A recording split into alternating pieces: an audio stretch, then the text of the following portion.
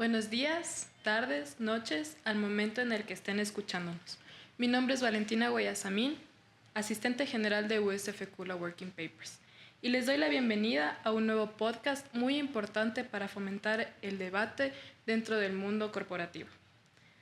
A este lo hemos decidido llamar Acciones Societarias conforme las reformas a la Ley de Compañías. Por lo que para este episodio contamos con la presencia de 3 abogados destacados en el ámbito corporativo. Cristian Narváez, abogado con experiencia en Derecho Comercial y Práctica Corporativa, y en la actualidad es asociado senior de Derecho Corporativo en la firma Robalino Abogados. Muchas gracias, Cristian. Muchas gracias a ti, Valentina, y muchas gracias a USF Kula Working Papers por esta oportunidad de recibirles acá en su casa. Para Robalino siempre es fructuoso cultivar la academia y el desarrollo de nuestros futuros colegas. Asimismo, José Salvador, abogado especializado en Derecho Empresarial y se desempeña como profesor adjunto en la Universidad San Francisco de Quito. Hola Valentina, y gracias a ti y a Law Working Papers por el apoyo y por el espacio también. Siempre difundir estos espacios de debate es fundamental para la innovación de la academia. Por último, Pablo Aguinaga, abogado especializado en Derecho Empresarial. Adicionalmente, cuenta con un diplomado en Compliance, Gobierno Corporativo y Ética, y es miembro de la Mesa de Derecho Corporativo de la ICC. Mucho gusto, Pablo. Muchas gracias, Valentina, y a USF Kula Working Papers, y qué gusto compartir con mis colegas esta mesa de diálogo. Los 3 invitados son abogados especialistas por la San Francisco de Quito y se desempeñan como miembros activos del área corporativa y M&A de Robalino Abogados.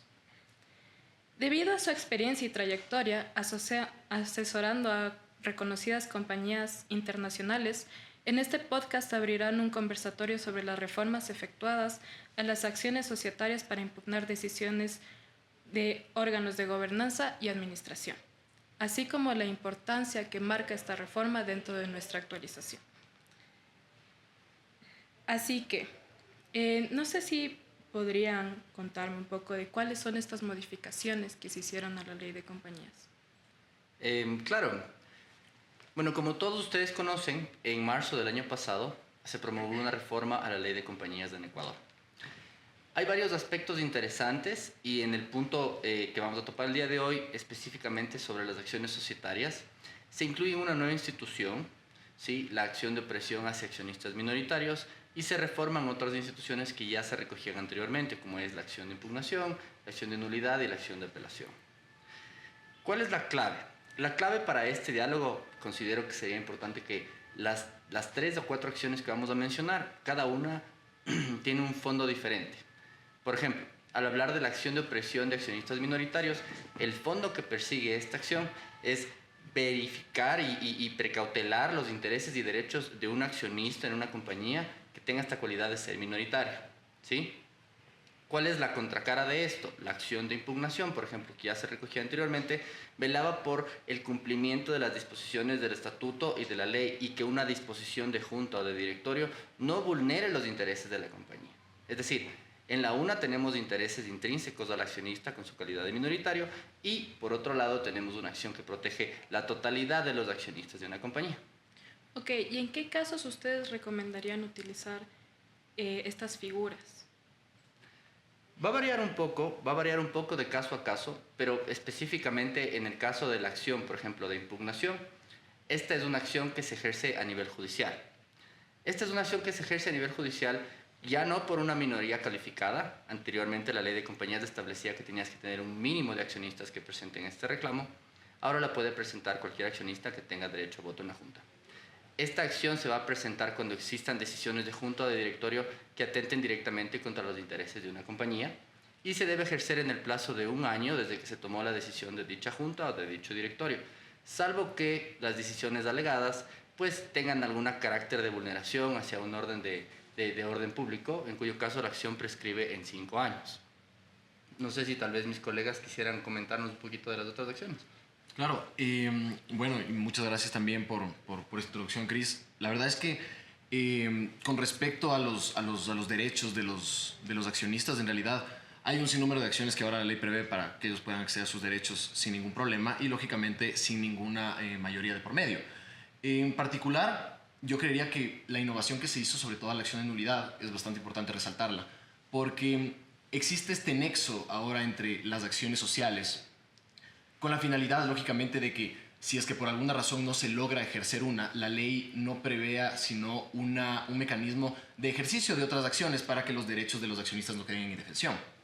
Por ejemplo, en el caso de la acción administrativa, por ejemplo, el artículo 216 de la Ley de Compañías nos dice que los accionistas podrán presentar un reclamo al superintendente de compañías cuando la compañía ha tomado decisiones violatorias de la ley, de los estatutos o de reglamentos de la superintendencia.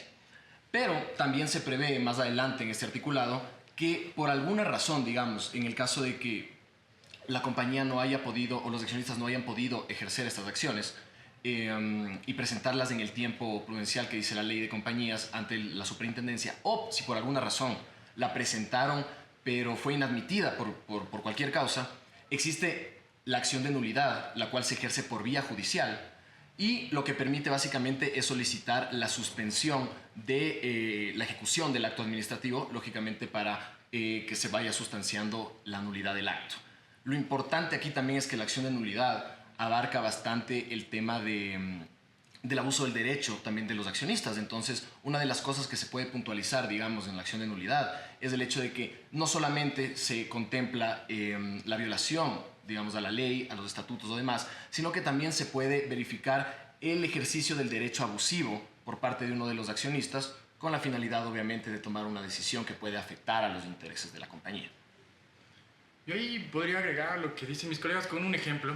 Chris conversó sobre la acción de presión a accionistas, José ahorita conversó sobre la acción de nulidad. Podríamos dar un ejemplo práctico para poder distinguirlo. Digamos que en una junta general, algunos accionistas se reunieron y tomaron una decisión en una SAS que se dedica, por ejemplo, a la distribución de ropa, por ejemplo, o la fabricación de ropa.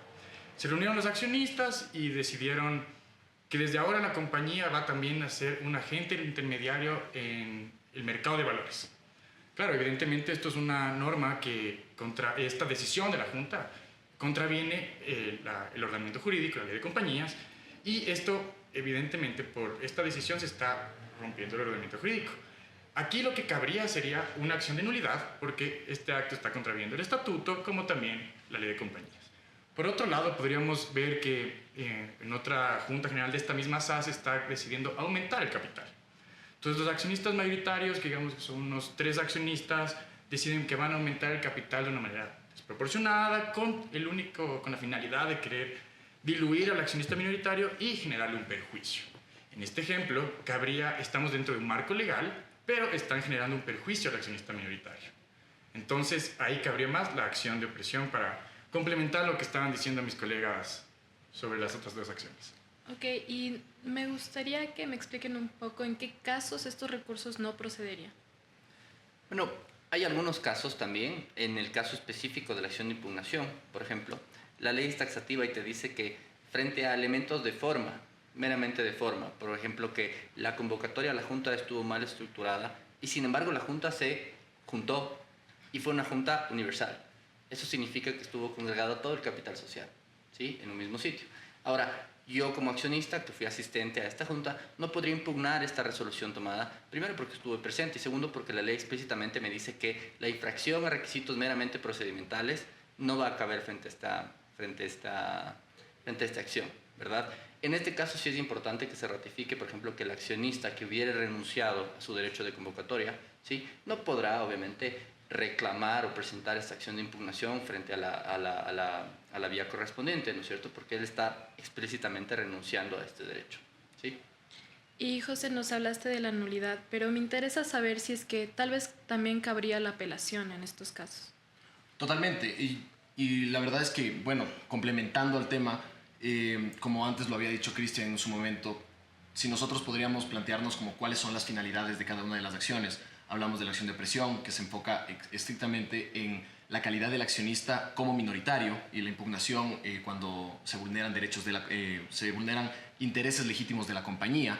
Podríamos decir que la apelación se enfoca un poco más al tema de proteger al accionista, indistintamente si este es mayoritario o minoritario, pero tiene nada más un enfoque al accionista en sentido amplio. Entonces, como puedes ver, tenemos distintos tipos de acciones que contempla la ley que pueden proteger al accionista o a la compañía, digamos, con una categoría específica o en general, y por ende podríamos plantearla esta en los casos, digamos, en los mismos casos que comentaba Pablo, digamos, como que en los ejemplos, podríamos ir adaptándolo también a la realidad de los hechos y utilizar una acción de apelación perfectamente. Ok, ¿y cuáles fueron los incentivos para esta reforma a la ley de compañías? Hubo varios motivos que incentivaron la reforma. Algunos fue para modernizar la legislación que regulaba las acciones, porque ya llegaba a ser muy poco clara e incluso anticuada para los tiempos actuales. Pero la principal razón por la que se hizo el cambio de la reforma a estas acciones fue el acceso o la protección del derecho de la tutela judicial efectiva a los accionistas minoritarios, específicamente en el tema del acceso a la administración de justicia. Claro, como había ya anticipado Chris hace unos instantes, antes estas acciones estaban sujetas a tener un mínimo de participación en el capital de la compañía. Entonces los accionistas tenían que cumplir mínimo el 25% para poder ejercer la acción de nulidad, ejercer la acción de apelación. Entonces eso limitaba el acceso a los accionistas a proteger o velar sus derechos. Incluso, o sea, el artículo 207 de la Ley de Compañías a lo largo del tiempo establece que un derecho fundamental de los accionistas es poder apelar, solicitar la nulidad o incluso impugnar las acciones. Entonces no tenía mucho sentido que tenga este limitante del 25%, y ahí justo entra también a colección. Importante mencionar que al final, en octubre del 2023, la Corte Constitucional ya emitió un criterio justo sobre el tema del mínimo del 25%. Existió un caso en la Tacunga que se elevó a consulta justo a las normas del 25% del 215 y 216 previo a la reforma del 2023, y en la cual la Corte Constitucional también se sumó a este criterio de decir que no es justificativo, es irracional tener un límite o un requisito del 25% para el acceso a la justicia. No sé si nos podrías contar un poco más sobre este caso que llegó a la Corte. Claro, a breves rasgos, había una compañía una cooperativa de taxis en la cual algunos accionistas estaban en contra de algunas resoluciones que se adoptaron en la Junta General y decidieron demandar la nulidad de la Junta, de las resoluciones de la Junta. Este grupo de accionistas solo alcanzaban el 18% del capital social. Esto sucedió, creo que ya lo mencioné, en el 2018. Entonces, a medida que se estaba tramitando el proceso judicial, un juez de la Tacunga elevó a consulta, justamente sumándose a este criterio de que por más que no cumplan el requisito del 25%, no están teniendo acceso efectivamente a la justicia o reclamando sus derechos. Entonces, durante el trámite o la consulta que hizo la Corte, entró en vigencia la reforma a la Ley de Compañías, y también se resolvió en la Corte Constitucional que el requisito del 25% era irracional y limitaba el acceso a la justicia a los accionistas minoritarios, de tal forma que se vulneraba el derecho a la tutela judicial efectiva. Entonces, solo para concluir, como el caso sucedió en el 2018 y la reforma fue en el 2023, la Corte decidió que va a tener efectos retroactivos la reforma del 2023 para todos los casos que se haya demandado y no se haya podido proceder con los procesos judiciales con accionistas del mínimo del 25%. Y siguiendo un poco lo que dices, ¿qué protecciones ustedes destacarían a partir de esta reforma? Verás, yo creo que principalmente, tomando un poco la idea que mencionó Pablo hace un momento, yo creo que lo más importante, sobre todo enfocándonos en la reforma de la ley de compañías en cuanto a las acciones sociales, yo creo que lo más importante es el tema del acceso a la tutela judicial efectiva, obviamente en la administración de justicia, con la finalidad, lógicamente, de hacer un énfasis aquí, ¿no? De que antes los accionistas tenían que reunir este 25% para poder hacer valer sus derechos, y recordando un poco la manera en la que se constituían las compañías familiares, sobre todo aquí en el Ecuador, que antes de la unipersonalidad que se aprobó con la implementación de la SAS en el Ecuador, antes habían compañías que se dividía el capital en 99% y 1%. Entonces, ¿cómo uno podía asegurar efectivamente que este 1% no viera afectado sus derechos? Entonces, yo creo que realmente es importantísimo saber que la primera ventaja que podemos encontrar es el acceso a la tutela judicial efectiva. De ahí, si es que nos centramos un poco más en las ventajas que puede haber ya en la sustanciación del proceso como tal, podríamos, digamos, enfocarnos también en el aspecto de la suspensión de los efectos del acto societario. Por ejemplo, nosotros hablábamos de que, digamos, con la acción de nulidad, es factible que uno de los accionistas solicite que se suspenda la ejecución del acto societario que puede vulnerar los derechos, como digamos en el caso que hablaba Pablo del aumento de capital, que se suspenda la ejecución del aumento de capital hasta que se sustancie la causa. Y esto también es una herramienta que permite el sistema, digamos, un sistema de peso y contrapeso, sobre todo porque no permite la solicitud y sobre todo que se aplique esta suspensión de manera arbitraria, sino que también pone en consideración que la suspensión se pueda dar siempre y cuando primero, lógicamente, no se haya ejecutado ya el acto, y que en caso, obviamente, de que no se haya ejecutado, que esta suspensión no presente un desmedro a los intereses y a la operatividad de la compañía. Si es que incluso nosotros podríamos plantearnos que efectivamente puede haber un daño a la compañía por suspender los efectos, esta solicitud puede ser negada. E incluso si es que nosotros ya nos ponemos a entender un poquito más la realidad de los hechos en cada caso particular, podría darse el caso, incluso así lo plantea la ley de compañías, que podría darse una suspensión, pero en todo caso, si es que la suspensión sí va a causar un daño, tal vez no tan grave, pero puede causar un daño, se puede obligar al accionista que demanda a que rinda caución para poder mitigar este tipo de daños. Entonces, realmente es una ventaja tanto la implementación de las acciones sociales como la sustanciación de las mismas, ¿no? Porque permite también una equivalencia de las partes, entonces es importante. Claro, José conversó ya de algunos de los beneficios. Yo a breve rasgo podría mencionar algo que me mencioné anteriormente. Por ejemplo, en la sustanciación del proceso, antes de la reforma tenían que los accionistas demandantes depositar sus títulos, sus acciones en el juzgado. Y los títulos se quedaban ahí durante el trámite del proceso. Y había una previsión expresa de que no podían transferirse las acciones. Ahora, en cambio, la ley de compañías con la reforma te permite depositar, que se pueda verificar de cualquier medio que uno es accionista cuando está presentando la demanda, y que si llega a depositar sus títulos, en realidad se sacaría una copia de esos títulos, se los devuelve al accionista y el accionista incluso puede transferir, lo cual como efecto dentro del proceso sería que se está cambiando a quien tiene la legitimación activa. Entonces esa es una ventaja que es mucho más flexible con la transferencia de acciones. También el proceso ya está mucho más claro con referencia a cómo va a funcionar con respecto a los gastos, por ejemplo.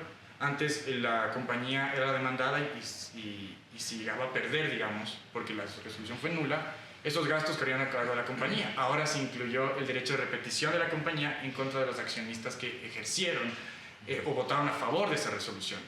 Entonces, esos podemos ser algunos de los beneficios que hemos podido identificar. Igual quisiera adicionar un tema, un beneficio particular, sobre todo respecto al ejercicio de las labores del administrador. Me parece sumamente importante porque complementa bastante el tema del deber de lealtad. Digamos, cuando hay una acción que por alguna razón, digamos, o sea, cuando la compañía se ve mucho más en peligro de que los accionistas pueden ejercer este tipo de acciones, también va a impulsar a que los administradores puedan hacer las cosas de manera correcta, no siempre bajo el deber de lealtad y obviamente fundamentando las decisiones de manera objetiva y demás con la finalidad de siempre beneficiar a la compañía. Sobre todo porque también se arriesgan después a acciones de responsabilidad, sociales de responsabilidad que pueden incluso causar, digamos, que ellos puedan ser responsables si es que ya no están en la compañía, pero hicieron mala gestión durante su estadía en la compañía como administradores. Entonces, es sumamente importante eso.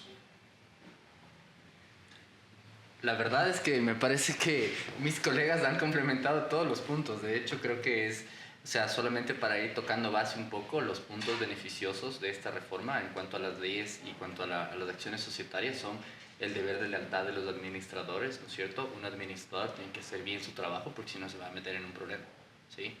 Los accionistas que temerariamente presenten este tipo de acciones también se van a meter en un problema, ¿ya? Y por supuesto también la sustanciación del proceso, como lo mencionaba José. O sea, esos serían los 3 puntos beneficiosos que podríamos resumir de esta pregunta tan interesante. ¿Y ustedes consideran que estos cambios han de alguna manera obstaculizado el manejo de una compañía? Bueno, creemos todavía, al menos a nivel personal y profesional, creo que todavía es un poco pronto para decir si es que los obstaculizan. ¿verdad? Pero sí creemos que tenemos unos cambios positivos y también, por supuesto, hay otros elementos subjetivos que se mantienen, ¿no? O sea, a criterio propio, considero que toda ley, por más técnica que sea, siempre va a tener una connotación política, ¿ya? ¿Y a qué voy con esto? Voy a que de todos los textos que se presentaron, la última versión fue la que se ratificó después del veto presidencial, la versión de la Asamblea. Y entre sus motivaciones, la motivación de los informes, es que esta acción, por ejemplo, la del 216, se tiene que ratificar el texto de la Asamblea porque los sujetos, los accionistas, estarían enfrentándose a excesivas cargas administrativas y burocráticas que impiden una pronta resolución de los conflictos societarios. ¿Qué es lo que sucede en la realidad? En la realidad, cuando ya ejerces, es que tú te enfrentas a distintas entidades públicas y distintos trámites operativos que efectivamente, aunque la ley te dé otras alternativas, te ponen trabas administrativas y burocráticas. Se olvidó el papel, se olvidó la fotocopia a color, el funcionario que está a cargo de su trámite todavía no lo toma en conocimiento, entonces el término que dice la ley no es per se el término que cumple la ley. Entonces, sí pueden haber elementos que son positivos y cuando tú planteas una acción societaria no necesariamente vas a tener esos efectos que la ley te lo dice, ¿no? Otro punto también importante sería, por ejemplo, que también en la materialidad de la realidad del texto, ¿verdad? Si bien nosotros te hemos desmenuzado y hemos un poquito dado una pastilla, ¿verdad? De cuál es el fondo de cada una de estas acciones, la ley no es absolutamente clara, ¿sí?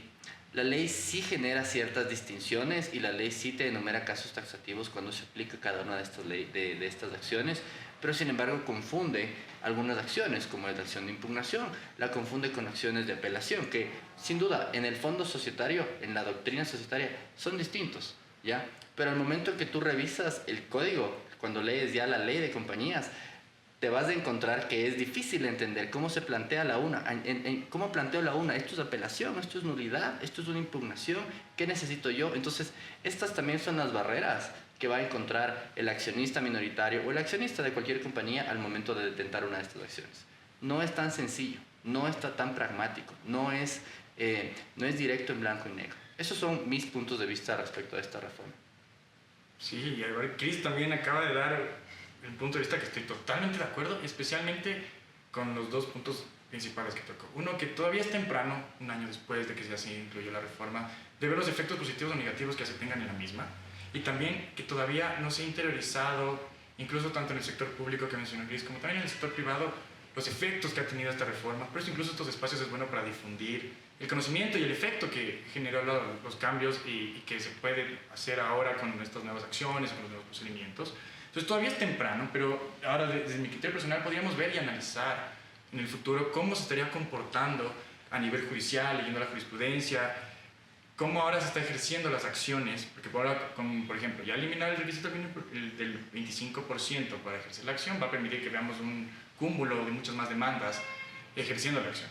Entonces, creo que todavía es temprano, pero al mismo tiempo podremos ver en el futuro cuáles serán los efectos, si llegan a ser positivos, negativos, o si incluso, como bien se tu pregunta, ver si esto impide a la compañía en su diario, digamos, en sus actividades diarias. Y es interesante también, me permito complementar al Pablo, porque realmente me parece súper importante sobre todo tomar en consideración que una de las cosas que vamos a ver, ¿no?, en el futuro ya con la implementación de todas estas reformas y con el ejercicio de las acciones, una de las cosas que me causa un poco más de duda, sobre todo que quisiera ya ver, es sobre todo cómo se va a dar el tema de la suspensión de los actos societarios, ¿no?, cuando realmente ya se otorguen. Quisiera ver efectivamente bajo qué perspectiva, bajo qué criterios obviamente uno puede ya decidir qué acto puede ser suspendido, qué acto objetivamente no va a causar un daño, qué suspensión del acto no va a causar, digamos, un daño a la compañía. Y conociendo también cómo se desenvuelve la justicia aquí en el Ecuador, podríamos ver incluso que también el tema de la suspensión mientras el proceso se sustancia puede también no ser, digamos, como algo negativo al momento de suspenderlo, pero con el tiempo o con la demora del proceso puede ya representar un daño, a pesar de que al momento de la suspensión no pudo ser así. Entonces, hay muchas cosas que en el futuro tendremos que evaluar respecto de todas estas medidas.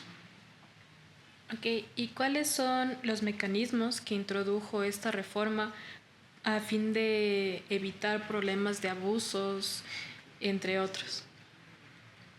Bueno, de una vez que estaba con la viada de la otra pregunta, verás, yo creo que al menos una de las cosas que más a mí me parece importante respecto de lo que mencionas es la implementación, sobre todo ya en la sustanciación del proceso, el tema de la carga de la prueba dinámica. Me parece a mí súper importante sobre todo considerar esto porque a pesar de que obviamente se eliminan estos mínimos para poder ejercer las acciones, también existe una serie de equivalencias durante el proceso, como habíamos hablado de la suspensión, pero digamos en el tema de la prueba, cada una de las partes por regla general tendrá que probar lo que alega. Es algo súper importante sobre todo porque salvo las excepciones que plantea la ley y una excepción particular que plantea la ley de compañías, es que únicamente se podrá invertir, digamos, esta carga de la prueba cuando el accionista que alega algo no tiene los suficientes mecanismos para poder acceder a la documentación o acceder a la prueba que le permita sustentar su argumento, ¿ya? Lógicamente esto no es como tal una inversión de la carga de la prueba porque a la otra parte lo único que le corresponde es, frente a esta situación, entregar la documentación pertinente para que el otro pueda probar. No obstante, no le corresponde a este ahora probar lo que el otro alegó. Entonces, esa es una de las ventajas que me parece bastante importante. No sé qué opinan mis compañeros. Sí, es importante lo que menciona José. O sea, más allá también de las acciones societarias, hay bastantes reformas interesantes como el acceso a la información, por ejemplo, de la compañía. Hoy por hoy, con la reforma, en cualquier momento, cualquiera de los accionistas, sin importar la cantidad de acciones que ostente de voto, pues pueden acceder solicitando previamente, obviamente, el acceso a la información. Y esto es una ventaja porque anteriormente solamente recibías la información previa a una junta general o tendrías que tener una mayoría calificada para acceder a esta información, ¿no? Entonces, es muy importante también, por ejemplo, una reforma que plantea la ley respecto de los mínimos que se necesitan para incluir el punto del orden del día, ¿verdad? Entonces, ahora existe la posibilidad de que se incluya los puntos del día, inclusive previo a la celebración de la junta, cuando se junten unos accionistas que representan por lo menos el 5% del capital social, una vez que está realizada la convocatoria. Hay algunos elementos, realmente hay muchos elementos que consideramos positivos y que consideramos que sí pueden generar una trascendencia en el mercado ecuatoriano. ¿Y consideran ustedes que hay otras reformas necesarias a esta ley? Cada uno se queda un poco pensando. Si yo me lanzo primero, me sumo a las palabras que anteriormente dijo Cristian, porque yo creo que esto es muy importante al día de hoy, y es que trae muchos efectos positivos, trae muchas instituciones buenas y modernizaron la ley de compañías. Pero al día de hoy, a título personal, creo que no es necesaria incluir por ahora más reformas, sino que se interioricen o que se difundan las nuevas instituciones ya incluidas en la reforma del 2023. Y tanto en el sector privado para que se puedan ver las nuevas bondades que trae, porque hoy hemos conversado sobre las acciones procesales, pero también hay otras como que hay juntas con solo accionista, instrumental el documento privado, entre otras. Entonces yo creo que más que incluir reformas, sería difundir las que ya están actualmente para que puedan ser ejercidas tanto en el sector privado, pero con especial énfasis en el sector público. Sí, a ver, hablando sobre el tema de las reformas, ya no solamente las acciones societarias, o sea, también hay que ser reales en la materialidad del Ecuador, ¿no? O sea, un gran porcentaje de la economía del Ecuador son empresas familiares, por ejemplo, ¿sí? Y la nueva reforma a la ley de compañías implica la institución de un grupo empresarial, ¿ya? Esta es una institución prestada, es una institución que tomamos de otras legislaciones, de nuestros vecinos en Colombia, de nuestros vecinos en Perú, que tienen unas industrias quizás más desarrolladas en este nivel. Y claro, a nuestra percepción, en estos casos puntuales, a nosotros nos consideramos que este tipo de instituciones que son prestadas y que no están bien adaptadas van a generar mayores cargas que beneficios, ¿sí? ¿Qué te dice la ley? Te dice que si tú cumples ciertas características, tú te vas a consolidar como un grupo empresarial, ¿ya? Y un grupo empresarial tiene ciertas obligaciones extra que tiene que plantearse y además tiene prohibiciones, ¿ya? Entonces, si tú formas parte de un grupo empresarial vertical, por ejemplo, tú tienes una compañía que está arriba y la compañía de la cual tú eres director o de la cual tú eres accionista ya no va a poder adquirir nuevas acciones de arriba, ¿sí? Esto va a tener que materializarse en la realidad y muchos grupos empresariales en Ecuador van a tener que tomar decisiones estratégicas para poder reestructurarse. Entonces, si me preguntas a mí desde una perspectiva general, creo que estas reformas van a traer cambios positivos al mercado ecuatoriano, pero al mismo tiempo también nos van a dejar algunos elementos que todavía nos falta modificar, tropicalizar a nuestra realidad. Y en honor al tiempo, ¿qué lecciones, aprendizajes o conclusiones nos dejarían el día de hoy? Bueno, desde mi punto de vista, existen varios elementos que se han abordado y que los podemos ir concluyendo y los podemos ir resumiendo, ¿no? Entonces, en primer lugar, vemos que esta reforma a la ley de compañías es trascendental.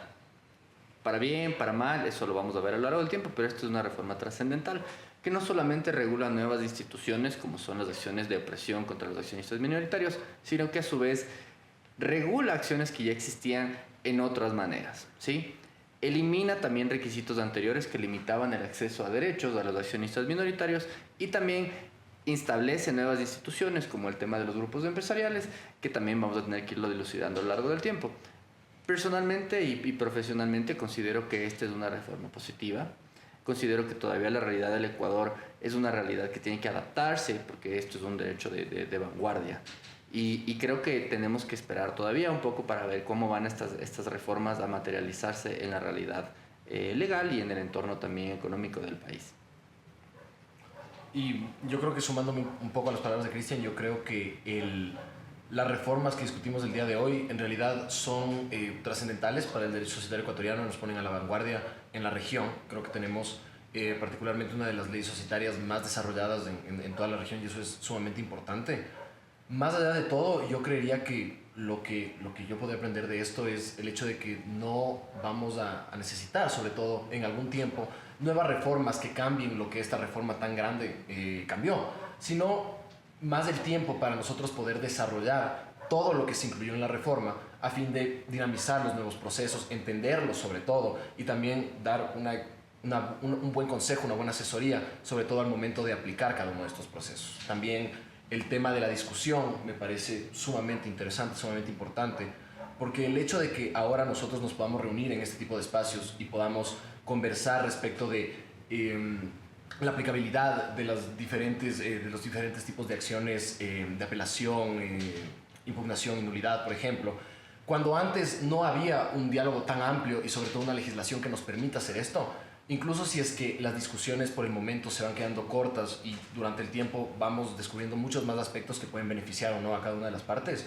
yo creo que el hecho de que estemos iniciando este tipo de discusiones ya nos ponen a nosotros en un piso más arriba, ¿no? Sobre todo para nosotros poder seguir analizando y seguir implementando nuevas estrategias para desarrollar mejor el derecho societario en el país. Por mi lado, tomo las palabras de mis colegas. Podemos ver que el aporte de la reforma ha sido bastante, desde mi punto de vista, no solo de Cristian, es bastante positivo. Ha permitido la mayor protección a los accionistas minoritarios, a los accionistas en general. Ha aclarado partes del procedimiento, ha eliminado formalidades innecesarias. Y al mismo tiempo, me sumo a las palabras de José, el debate de que esta reforma ha permitido, ha abierto abanicos para que puedan haber diferentes opiniones, para que puedan existir diferentes posiciones, permite una discusión en el derecho para avanzar o modernizar también el mismo, justo para el bien del país, para el bien de las empresas específicamente en este caso, y la protección de los derechos en general. Y por mi lado quisiera agregar que al final, específicamente con el tema de las acciones sociales, mucho de las conclusiones que se puedan tener de este tipo de espacios tienen que llegar a las personas que van a resolver sobre este tema, que al final van a ser los jueces quienes van a, en la práctica o van a materializar cómo se están implementando estas nuevas normativas, o sea, cómo esto se va a resolver con diferentes procesos o diferentes casos que vayan a hacer que cada una de estas reformas pueda materializarse más en el tiempo. Entonces, por ese lado, esta sería mi conclusión. Y retomando un poco las palabras de José, de parte de USF Kula Working Papers, nos gustaría agradecer a Robalino por abrirnos este espacio de conversatorio, debate, muy interesante cada punto de vista. Y muchísimas gracias, Cris, José, Pablo, por este tiempo que nos han otorgado. Muchísimas gracias a ti y muchísimas gracias a USFQ Law Working Papers por esta oportunidad y la apertura siempre en su casa. Muchas gracias a todos los que nos escuchan y al equipo de USF Law Working Papers. Estamos siempre prestos a ampliar el debate y recibirlos cuando quieran. Gracias, Valentina. Gracias a mis colegas por este espacio que hemos tenido de la conversación. Esperemos que puedan existir muchos más con nosotros o con otros miembros de la firma, como dijeron, esta es su casa y gracias a todos los que nos escuchan.